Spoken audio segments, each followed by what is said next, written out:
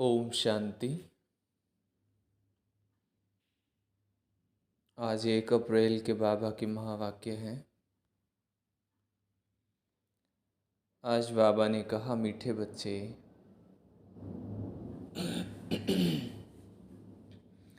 लक्ष्य सोप से आत्मा रूपी वस्त्र को साफ करो।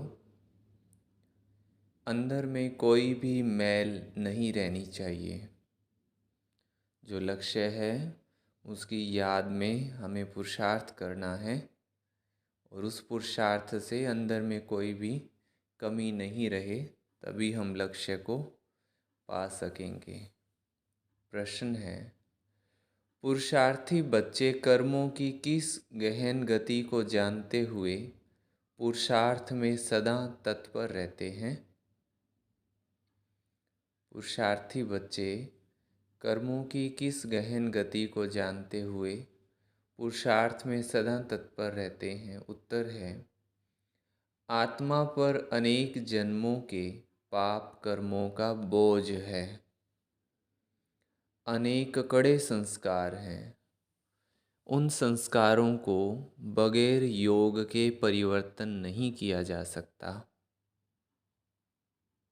आत्मा पाप कर्म करते करते बिल्कुल मैली हो चुकी है, इसलिए इसको साफ करने की मेहनत करनी है।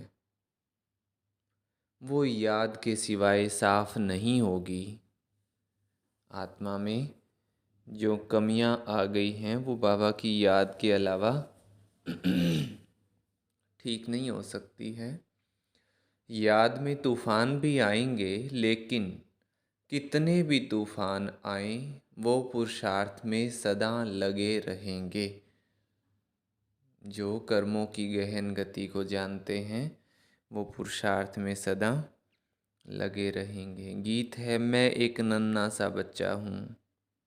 ओम शांति। अब जो आकर के बाबा के बच्चे बनते हैं वो खुद ही कहते हैं, हे बाबा, मैं अभी नया छोटा बच्चा हूँ। कोई 1 मास का है, कोई 8 रोज का है। यहाँ तो सब छोटे हैं ना। नए बच्चे कहेंगे हम छोटे हैं। कोई को 20, कोई को 15 वर्ष हुए हैं, वृद्धि को पाते रहते हैं। कहते हैं बच्चा तो बना हूँ, परंतु हूँ छोटा बच्चा। हमको भी अपना वर्षा दे देना या हमारे ऊपर भी ज्ञान वर्षा करना। ज्ञान वर्षा तो होती है ना।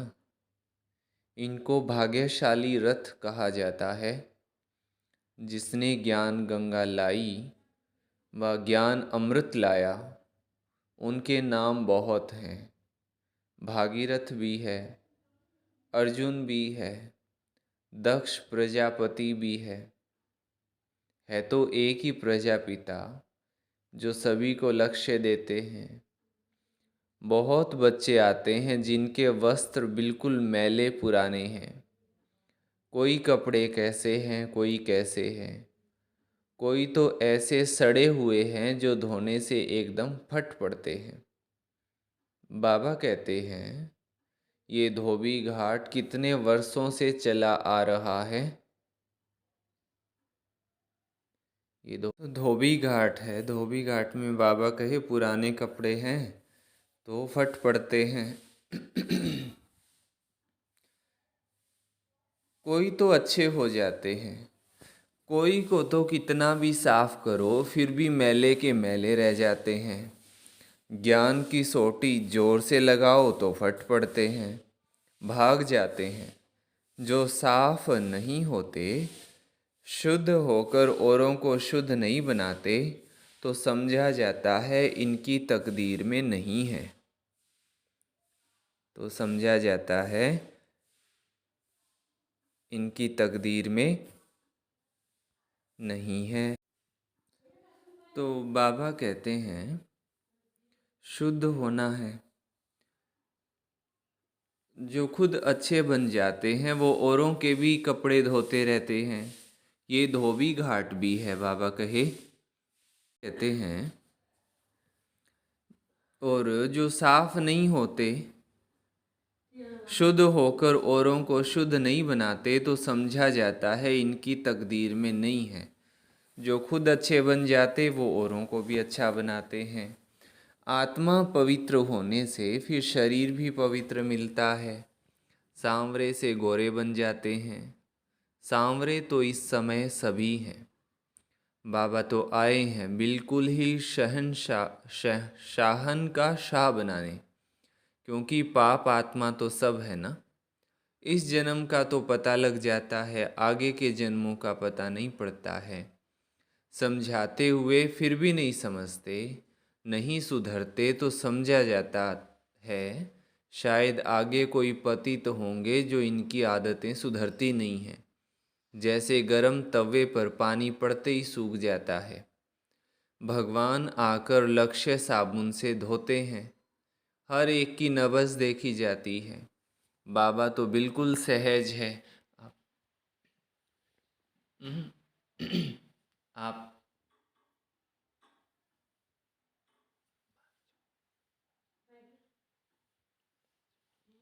तो बाबा कहते हैं हर एक की नब्ज़ देखी जाती है। बाबा तो बिल्कुल सहज समझाते हैं, बच्चे मुझे याद करने से आत्मा पवित्र होती जाएगी। नष्टो मोहा भी होना है। परम प्यारा बाबा है। आधा कल्प भक्तों ने भक्ति की है द्वापर से, वही फिर देवी देवता बनने वाले हैं। मालूम पड़ जाता है। बाबा कहते हैं उठते बैठते मुझ बाप को याद करो। जैसे कुमार कुमारी की सगाई हो जाती है तो एक दो की याद रहती है ना। यहाँ तो साजन को और ही छोड़ भागंती हो जाते हैं। जो साजन स्वर्ग का मालिक बनाते उनको याद ही नहीं करते हैं। ऐसे और कोई कह नहीं सकता। मैं कल्प पहले माफिक अजामिल जैसी पाप आत्माओं का उद्धार करने आया हूँ। कोई का कपड़ा अच्छा है, कोई का मैला है। स्त्री कहती है बाबा हमको पवित्र शुद्ध बनाओ, और पुरुष फिर कहते हैं मैं तो विकार के बगैर रह नहीं सकता हूँ। झगड़ा पड़ जाता है। अबलाओं पर कितने अत्याचार होते हैं। जो पवित्र नहीं बनते वो कितने विघन डालते हैं। सन्यासियों को तो कोई रोक नहीं सकता। गवर्नमेंट भी नहीं कह सकती कि तुम्हारे बाल बच्चे की संभाल कौन करेगा। यहाँ इस पर झगड़ा होता है। पुरुष पवित्र बनना चाहे तो बन जाते हैं, उनको कोई रोकने टोकने वाला नहीं है। साधु सन्यासी भी भाग जाते हैं गृहस्थी छोड़ करके, उनको भी गवर्नमेंट कुछ नहीं कहते। लेकिन अगर स्त्री पवित्र बनना चाहे तो वहाँ बहुत विघन खड़े हो जाते हैं, क्योंकि दुखधाम है। तो बाबा कहते हैं एक पवित्र बनता, दूसरा फिर अजामिल पापी रह जाते। जो पक्के निश्चय बुद्धि बन जाते वो कोई की परवाह नहीं करते हैं, बिल्कुल ही नष्टो मोहा हो जाते हैं। राजाई को भी ठोकर मार देंगे। भक्ति मार्ग में मीरा का मिसाल है। भक्ति मार्ग में ऐसे बहुत हुए हैं। यहाँ मुश्किल निकलते हैं, हाँ ऐसे भी निकलेंगे। कहेंगे हमको तो पवित्र रहना है, फट से कहेंगे हमको राजाई की कोई परवाह नहीं है। जैसे उन राजाओं को रानियों की परवाह नहीं रही, छोड़ दिया, वैसे अब रानियां निकलेंगी जो राजाओं की परवाह नहीं करेंगी। बस हम तो स्वर्ग के मालिक बनते हैं। भक्ति मार्ग में राजाओं के नाम है जिन्होंने सन्यास किया है। अभी तो ये है ज्ञान मार्ग। हर एक समझ सकते हैं हम कहाँ तक धोबी बने हैं। क्यों ना अच्छा धोबी बने। धोबियों में भी नंबरवार होते हैं। विलायत में कपड़े धोने के लिए भेजे जाते हैं तो ज़रूर वो अच्छे कपड़े साफ़ करते होंगे। यहाँ भी ऐसे है। कोई तो फट से साफ हो श्रीमत पर चल पड़ते हैं, पावन बन और बनाते हैं। पुरुष पवित्र नहीं बनते तो स्त्रियों को कितना सहन करना पड़ता है। आजकल तो बहुत संभाल रखनी पड़ती है, क्योंकि हर एक मनुष्य 5 भूतों के वश है। क्रोध के वश भी बहुत नुकसान कर देते हैं। कहते हैं बाबा हम परवश हो गए, देह अहंकार आ जाता है। देह अहंकार आने से ही फिर और विकार आ जाते हैं। अपने को देही समझ बाबा को याद नहीं करेंगे तो रजिस्टर खराब हो जाएगा। मनसा में तूफान तो आएंगे परंतु कर्मेंद्रियों से करना नहीं है। देही समझ बाबा को याद नहीं करेंगे तो रजिस्टर खराब हो जाएगा। वो रजिस्टर फिर चाहे किसी भी विधि से हो, आत्मा समझेंगे तो पवित्रता की शक्ति मिलेगी और आत्मा खुद भी शक्तिशाली स्वरूप में रहेगी और किसी के दबाव में आकर के मतलब झूठा सहन नहीं करेगी। एक तरीके से ये समझिए, कई बार होता है किसी के डर से भी कोई छोटी मोटी मर्यादाओं का उल्लंघन कर लेते हैं, कहने वाली बात कहते नहीं हैं। तो अगर देही समझेंगे तो फिर डरने की बात नहीं है, फिर जो बात सच्ची है उसको कहना ही है और सच्ची बात के लिए तो बिल्कुल रुक जाना चाहिए। कोई कितना भी कुछ बोले डरना नहीं चाहिए। बाबा कहते हैं विश्व का मालिक बनना कोई मासी का घर थोड़ा ही है। जो झूठी बात के लिए फोर्स दिखा रहे हैं, झूठे हैं, झूठा कब तक शक्ति दिखाएगा, है ना। तो उनके डर से सच्ची चीज़ को बिल्कुल नहीं छोड़ना चाहिए। लक्ष्मी नारायण स्वर्ग के मालिक बने हैं तो जरूर कुछ तो पुरुषार्थ किया है ना। बरोबर बाबा बैठ स्वर्ग के लिए राजा रानी बनाते हैं तो बाबा की श्रीमत पर चलना है। एक बाबा की है श्रीमत, बाकी सब है भूत मत। श्रीमत को भूले और ये भूत आए। इस झट माया वार कर कांध नीचे करा देती है। अपने को देखना चाहिए मैं कहाँ तक मैला हूँ। अच्छे बच्चे कुमार का आदि है सेवा कर रहे हैं। बच्चे मूत पलीती कपड़ों को धोने 5 विकारों पर जीत पहनाने जाते हैं। कोई को काम का भूत आया तो एकदम नाम बदनाम कर देते हैं। गंदा हो गया तो उनको ब्रह्मा कुमार कुमारी थोड़ी कहेंगे, उनका फिर रजिस्टर एकदम खराब हो जाता है। बाबा कितना सटका मारते हैं साफ करने के लिए। कहते हैं बाबा को याद करो तो कपड़ा साफ होगा, नहीं तो भूत आते रहेंगे। धारणा नहीं होती है तो समझना चाहिए मैं कोई बहुत मैला हूँ।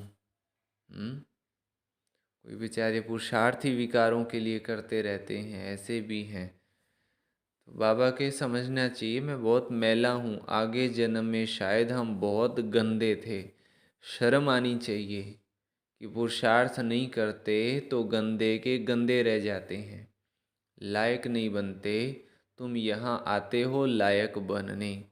अच्छे कपड़े होंगे तो सूर्यवंशी व चंद्रवंशी बनेंगे। बाबा ने अब बेहद की विशाल बुद्धि दी है। सारी दुनिया के चक्र को तुम जान गए हो। मनुष्य कहते भी हैं हे पतित पावन, तो वो जरूर एक ही होगा जिसको ही हेवनली गॉड फादर कहा जाता है। वो है निराकार। 5000 वर्ष हुए जबकि ये धोबी घाट निकला था। बाबा कहते हैं 5,000 वर्ष बाद धोबी घाट भारत में ही बनाता हूँ। इस योग से तुम सदा पावन बन जाएंगे। फिर 21 जन्म तुमको पतित होना नहीं है, वहाँ माया है ही नहीं। पावन बनने बगैर तुम वैकुंठ जा नहीं सकेंगे। प्रजा तो बहुत बनती है परंतु इसमें राजी नहीं होना चाहिए। गाते हैं तुम मात पिता हम बालक तेरे, तुम्हारी कृपा से राजाई के सुख घनेरे पाएं, ना कि प्रजा के सुख। ये तो है ही दुख धाम। भल धनवान है क्योंकि अच्छे कर्म किए हैं। ये है लौकिक राजाई, स्वर्ग की है पारलौकिक राजाई। दोनों कैसे मिलती है ये भी तुम बच्चे जानते हो। बाबा कहते हैं मेरी श्रीमत पर चलने से फिर 21 जन्म तुम सजाएं नहीं भोगेंगे। ऐसे नहीं धंधा आदि छोड़ यहाँ बैठ जाना है। बच्चों की तुमको पालना करनी है, तुम्हारी रचना है। धंधा धोरी में घाटा व फायदा तो होता ही है। सतयुग में तो है प्रारब्ध, वहाँ घाटे आदि की कोई बात ही नहीं है। यहाँ तुम श्रीमत से इतना फ़ायदा करते हो जो 21 जन्म घाटे की कोई बात नहीं। पूरा ज्ञान ना लेने से फिर दर्जा कम मिलेगा। श्रीमत पर चलने से नष्टो मोहा बनते हो तो अच्छा नष्टो मोहा बनते हो तो अच्छा ही पद पा लेते हो। उनका मान यहाँ ही होता है। नंबर वार राजाई मिलनी है तो फॉलो करना चाहिए माता पिता को। मदर फादर कर्म सीखते और सिखलाते हैं। कहते हैं श्रीमत पर चलो, विकारों में ना जाओ, परहेज पर चलो। युक्तियाँ बहुत बतलाते रहते हैं। अविनाशी सर्जन बाबा है, बाकी सभी है रोगी, है ना। तुम मददगार बनते हो, तुम हो नायब सर्जन नंबरवार। सबसे तीखा अविनाशी डॉक्टर शिव बाबा एक ही है। सर्जन्स में नंबरवार होते हैं ना। कोई तो लाख भी कमाते हैं, कोई तो अपना पेट भी पूरा नहीं भर सकते। कोई चलते चलते बाबा का हाथ छोड़ देते तो उनके लिए कहेंगे ना कि ये तो छी मैले कपड़े हैं। बहुत जन्मों के संस्कार खींचते हैं ना, फिर ज्ञान धारण नहीं कर सकते। ज्ञान का रंग चढ़ता ही नहीं है, ये भी ड्रामा है। बाबा आते ही हैं सुख देने के लिए। साधुओं को भी निर्वाण धाम अपने सेक्शन में भेज देंगे।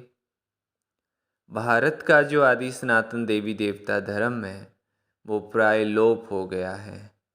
अपने धर्म कर्म से भ्रष्ट हो गए हैं। देवी देवता कहलाने वाला कोई रहा ही नहीं है। ना न हो तब तो आकर मैं स्थापन करूं, बाबा कहते हैं। तो जरूर और भी धर्म की आत्माओं को वापस ले जाना पड़े। मनुष्य मुक्ति धाम में ही जाना चाहते हैं। बाबा कहते हैं मैं इसके लिए ही आया हूँ। तो बच्चों को अपने से पूछना चाहिए, क्या आगे हम बहुत पतित थे जो धारणा नहीं होती है। मम्मा बाबा के तख्त नशीन बन नहीं सकते तो जाकर दास दासी बनेंगे। बाबा कहते हैं मैं पतितों को पावन बनाने आया हूँ।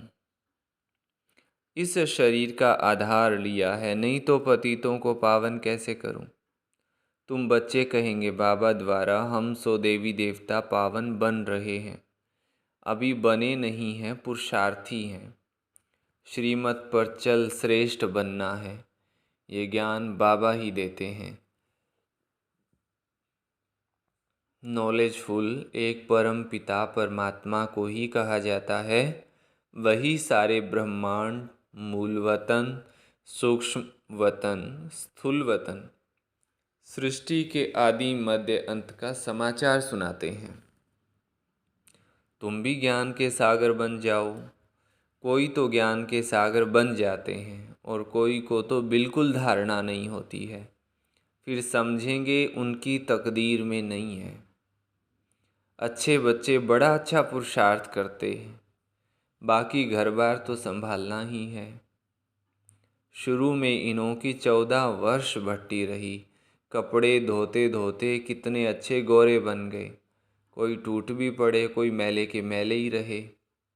आजकल तो 7 रोज़ भी मुश्किल ठहर सकते हैं। पहले तो पूरी भट्टी थी। भट्टी नहीं होती तो तुम तैयार कैसे होते। ईंटें भट्टी में पकती है ना, फिर कोई कच्चे रह जाते हैं, कोई टूट पड़ते हैं। यहाँ भी ऐसे हैं, बहुत कपड़े फट पड़ते।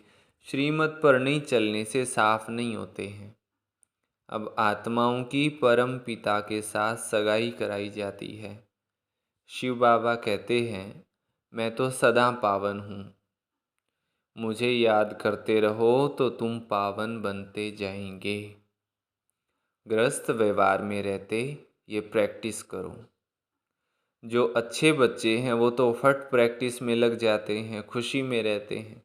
रात को जागकर अपनी आत्मा को धोते हैं। समझते हैं पवित्र बनेंगे तो कपड़ा भी पवित्र मिलेगा। इसलिए बाबा कहते हैं नींद को जीतने वाले बनो। बाबा को याद करो तो आत्मा पवित्र होगी। अमृत वेले का समय बहुत अच्छा है, अमृत वेले का समय अच्छा है। उसी समय याद करने की राय देते हैं। नींद आए तो आँखों में सरसों वाला तेल लगा लो, बाबा कहते हैं, क्योंकि पहले ऐसे करते थे। मतलब क्या है बाबा के ये कहने का? पुरुषार्थ करो। ऐसा नहीं कि कोई कुछ भी लगा के बैठे और फिर परेशान होता रहे। लेकिन मुख्य बात यह है कि जागना है, जैसे मर्जी जागो। श्रीमत मिलती है बाबा को याद करो। भल माया तूफान लाए तो भी तुम बाबा को याद करो। अच्छा, मीठे मीठे सिकिलधे बच्चों प्रति माता पिता बाप दादा का याद प्यार और गुड मॉर्निंग। रूहानी बाप की रूहानी बच्चों को नमस्ते। हम रूहानी बच्चों की रूहानी माता पिता बाप दादा को याद प्यार, गुड मॉर्निंग और नमस्ते। धारणा के लिए मुख्य सार। फर्स्ट पॉइंट है, श्रीमत पर पूरा नष्टो मोहा बनना है। परहेज और युक्ति से चलना है। श्रीमत पर पूरा नष्टो मोहा बनना है। परहेज और युक्ति से चलना है। रजिस्टर खराब होने नहीं देना है। रजिस्टर खराब नहीं होना चाहिए, बाबा कहे। सेकंड पॉइंट है, नींद को जीतने वाला बन। क्या बन? नींद को जीतने वाला बन। अमृत वेले विशेष। कौन सा समय? अमृत वेला। अमृत वेला होता है, यूँ तो सवेरे 2:30 से 4:45 तक का टाइम बाबा बताते हैं, लेकिन ऑफिशियल टाइम जो बाबा ने बताया वो 4 से 4:45 बजे तक का टाइम है। तो उस समय खास आत्मा को साफ बनाने के लिए बाबा की याद में रहना है।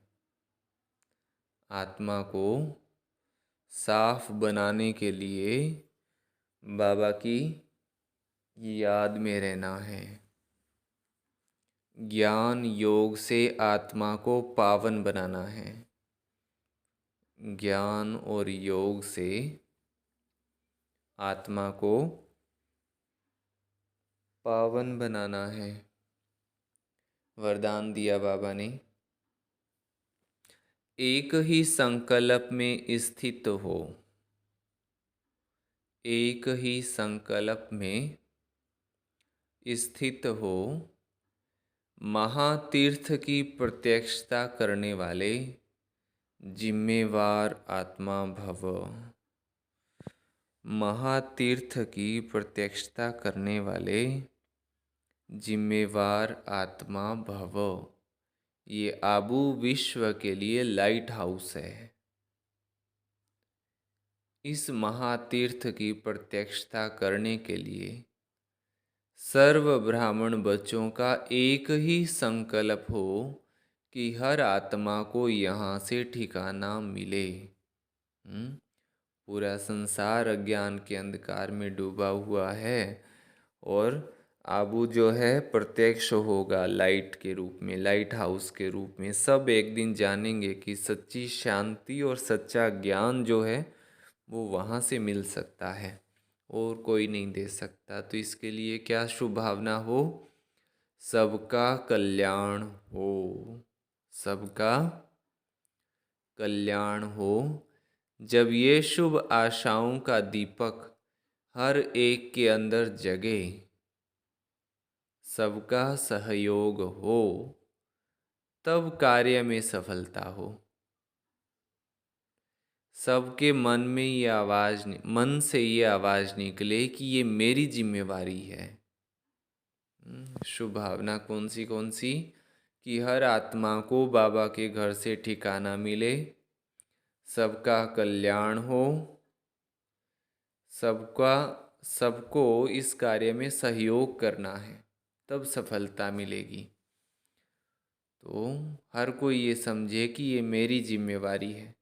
जब हर एक स्वयं को ऐसा जिम्मेवार समझेंगे, तब प्रत्यक्षता की किरण अब्बा के घर से चारों ओर फैलेगी। तब प्रत्यक्षता की किरण बाबा के घर से पूरे विश्व में फैलेगी। आज की मुरली से स्लोगन, अंतर्मुखता की विशेषता को धारण कर लो तो सब की दुआएं मिलती रहेंगी। अंतर्मुखता की विशेषता को धारण कर लो तो सबकी दुआएं मिलती रहेगी। अच्छा, ओम शांति। तो आज की मुरली के मुख्य पॉइंट्स भी आप सभी पूरे दिन में मनन चिंतन करते रहेंगे और 3 बारी मुरली का जो हमारा होमवर्क था वो भी रोज़ पूरा करने की कोशिश करना। कुछ कुछ बाबा के बच्चे हैं जो पूरा करते भी हैं, जो नहीं करते वो और थोड़ा अलर्ट होकर के करें।